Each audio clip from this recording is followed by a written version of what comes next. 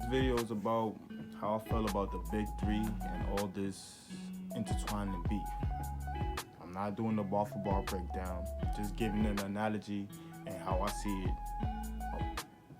from the outside looking in. I'm starting with J. Cole.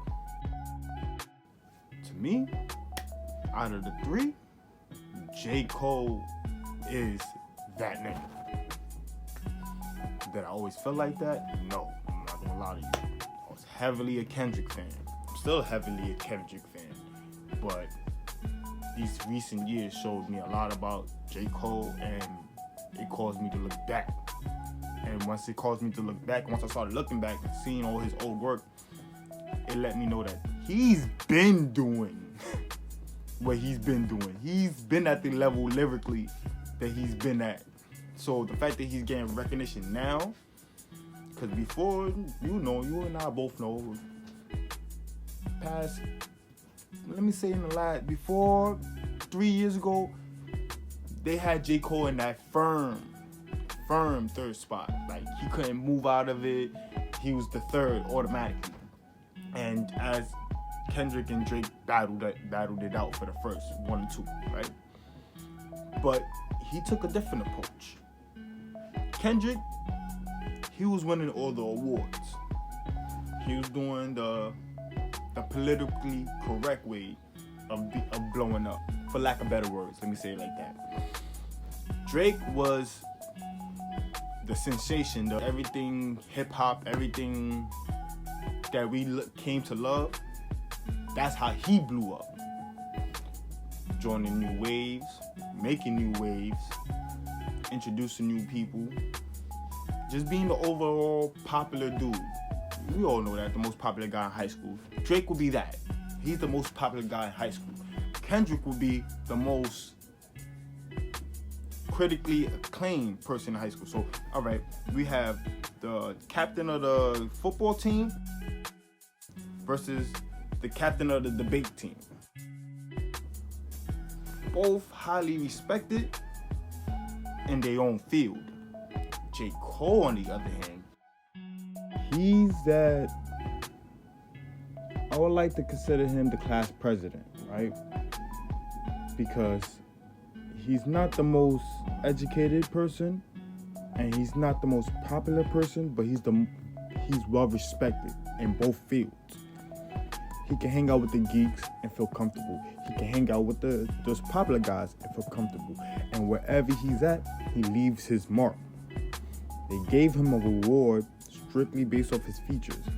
That lets you know, regardless who's on the track, J. Cole is going to stand out.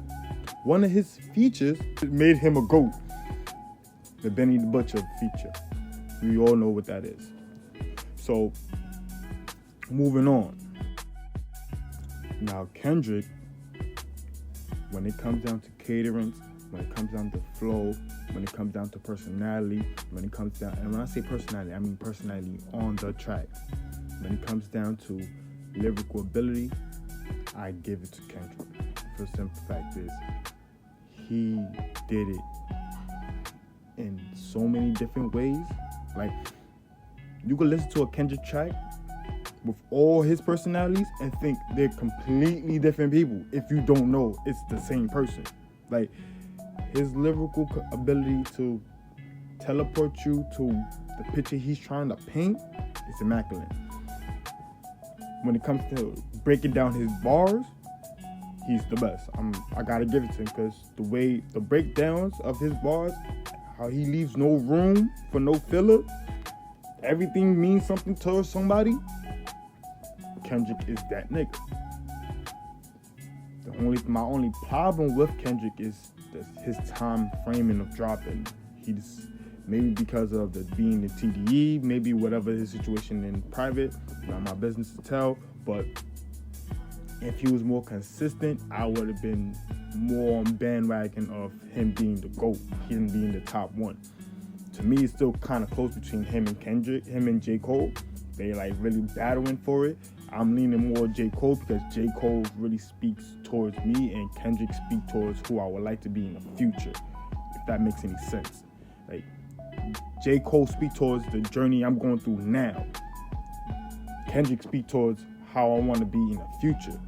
And like I said, that's the president of the president of the senior class versus captain of the debate team. Same school, different fields. So they both can have the top of their respective categories, to me at least. Now, spinning the block with Drake, the captain of the football team. Drake was the nigga everybody, like, me personally, mainstreaming. I always felt like Drake was cool, he was fire, I liked his music, always been a fan of his music. Like how he get the girls moving, like how he, but in all reality, lyrically, I didn't respect him, for lack of better words. The reason why is because of the ghostwriting nowadays is being more popularized, more normalized. But when I was growing up, ghostwriting was not respected. And then after a while, I started realizing, I started seeing that regardless if he had a ghostwriter or not, he had to put his touch on it. None of the hits he had would not be his hits if he didn't put his touch on it. And plus, he does have bars on his own. Like, he stands next to J. Cole, he stands next to Kendrick Lamar, and that's not for a fluke.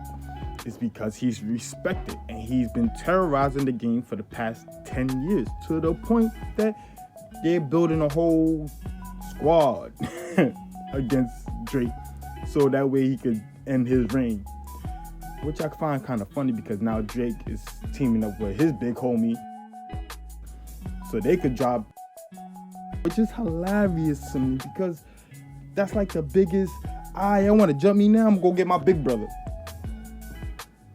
I'm laughing at you right now. I'm not going to lie to you. I'm laughing at you. But to sum all this up, my whole analogy, if it ever came down to a bar for bar beef, I'm giving it to Cole.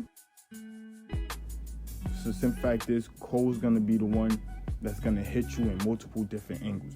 He's going to give you the hits. He's going to give you the bar for bar. He's going to give you the breakdown. He's going to go on the interviews and explain why he does it. Because in all reality, that's something that they both don't do. Like, they're minimum when it comes to the interviews, but when it comes down to articulating himself during the interview, J. Cole is the best.